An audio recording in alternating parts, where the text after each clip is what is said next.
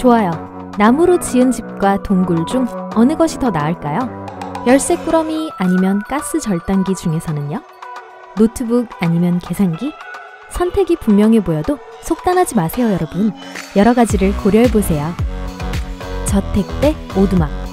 저택은 돈이 많이 듭니다. 오두막에서도 먹고 마시고 모든 볼일을 다 볼 수 있어요. 저택에서 무언가를 찾으려면 찾는다는 보장 없이 모든 방을 수색해야 합니다.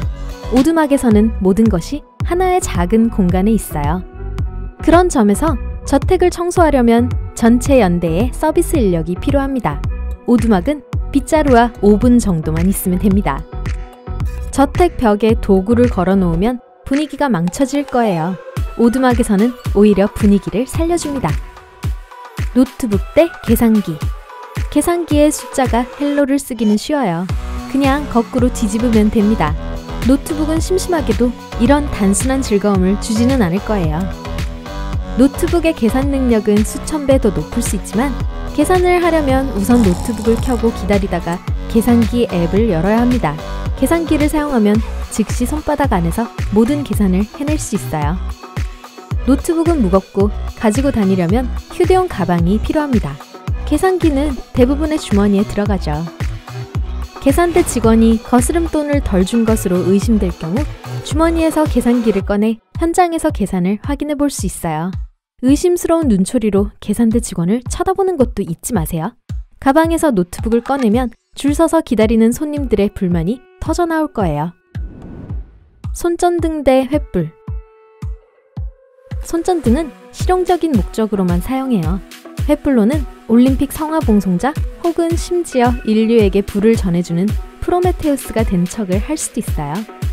근처에 어둡고 음침한 성에 사악한 무언가가 살고 있다고 생각한다면 손전등을 들고 무찌르러 가지는 않을 거예요.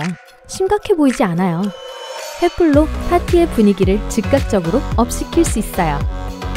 파티 얘기가 나와서 말인데 파티 테마를 찾고 있다면 횃불은 멋진 중세풍 장식이 되어줄 거예요. 또한 횃불이 있으면 손에 무제한의 조명을 가지고 있는 셈입니다.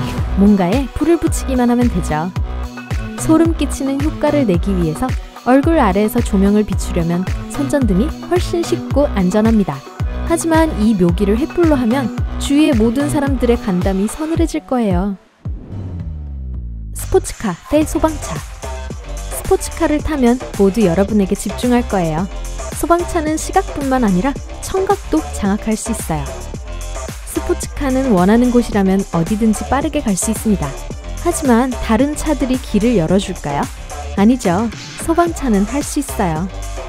스포츠카를 타려면 완벽한 도로가 필요합니다. 그렇지 않으면 길 위의 작은 울퉁불퉁함까지도 모두 느끼게 될 거예요. 소방차는 땀 한 방울 흘리지 않고 화산의 꼭대기까지 왕복할 수 있습니다. 스포츠카에 불이 붙으면 수억 원이 재가 되었다는 뜻이죠. 소방차에 불이 난다면 다양하게 불을 끌 수 있어요. 마지막으로 만약 스포츠카를 가지고 있다면 여러분은 아마도 부자일 거고 재산을 지키기 위해 비싼 경비원을 고용해야 할 거예요. 만약 여러분이 소방차가 있는데 누군가 집에 침입하려고 한다면 그냥 소방호스로 물을 뿌려버리세요. 열쇠 꾸러미 대 가스 절단기. 모든 사람이 열쇠로 문을 열 수 있습니다. 별로 재미가 없어요. 가스 커터로 현관문 경첩을 분해하고 집에 들어간다면 분명 눈에 띕니다. 키는 보통 일정 개수의 문을 엽니다. 가스 절단기로는 세계의 거의 모든 문을 열 수 있어요. 네, 열쇠가 더 빠르긴 하지만 가스 커터로 고집이 센 문을 자르는데 실증이 나면 장작을 가져와 바비큐를 할 수도 있습니다. 밤에 열쇠를 열쇠 구멍에 넣기는 어려울 수 있어요. 가스 절단기는 그 자체가 빛의 근원이 됩니다. 식스팩 복근 대 뱃살. 두꺼운 지방층은 자연적으로 내부 장기를 손상으로부터 보호합니다. 뱃살은 푹신해서 고양이를 위한 쿠션으로 사용할 수 있습니다. 식스팩을 가지려면 많은 훈련과 다이어트가 필요합니다. 뱃살을 키우려면 하루 종일 소파에 누워 좋아하는 피자를 먹기만 하면 됩니다. 뱃살에 실증이 나면 그 지방으로 적어도 한두 개의 비누를 만들 수 있어요. 디자이너 신발 대 할아버지의 오래된 발목 부츠. 디자이너 신발의 가격도 비싸고 한두 시즌이면 닳아버립니다.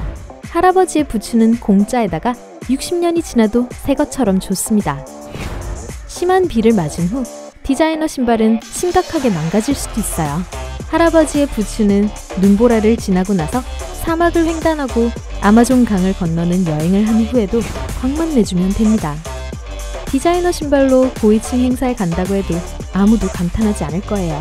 하지만 할아버지의 낡은 부츠를 신고 나타난다면 틀림없이 오늘의 화제거리가 될 것입니다.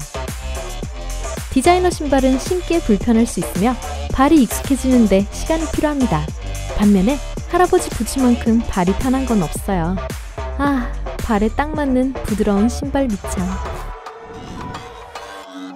인터넷 대 플라스틱 컵 전화기. 인터넷은 세계 어느 누구와도 연결할 수 있지만 플라스틱 컵 전화기는 통화 상대를 볼 수도 있습니다. 인터넷은 매달 큰 비용이 듭니다.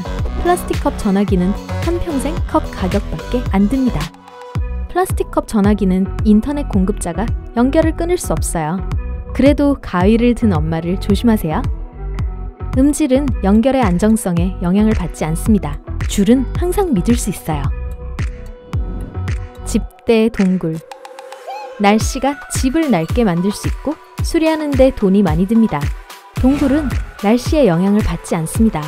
애초에 자연에 의해 만들어졌으니까요. 집은 내버려두면 분해하는 데 수세기가 필요합니다. 동굴은 떠난다고 해도 자연에 해를 끼치지 않을 것이고 어떤 외로운 곰에게 아늑한 집이 될 것이라는 걸 확신할 수 있어요. 집의 가구를 채우는 일은 피곤하고 비용이 많이 들어요.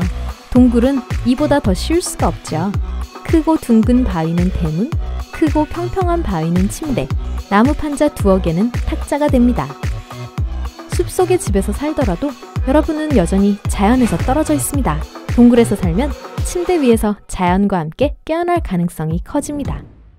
쿠션 대 바위. 쿠션과 바위 위에 모두 편하게 앉을 수 있는데 왜 쿠션을 사죠? 그냥 바위 하나를 집에 들여놓으세요. 파티에서 바위는 훌륭한 대화거리를 제공합니다. 소파에 쿠션 대신 왜 바위가 있죠? 안 될 이유가 없죠. 쿠션으로 침입자로부터 집을 지킬 수 있을까요? 상상이 안 되죠? 하지만 바위가 있으면 상상이 전혀 힘들지 않아요. 마지막으로 바위가 닳아 없어지면 그걸 버리고 뒷마당에 가서 하나 더 집어오면 됩니다. 새로운 쿠션을 사러 가게에 가지 않아도 돼요. 확실한 우승자가 몇 가지 있는 것 같아요. 안 그래요? 오늘 새로운 것을 배웠다면 이 영상에 좋아요를 주고 친구와 공유하세요. 그리고 여기 여러분이 좋아할 만한 다른 영상들이 있습니다.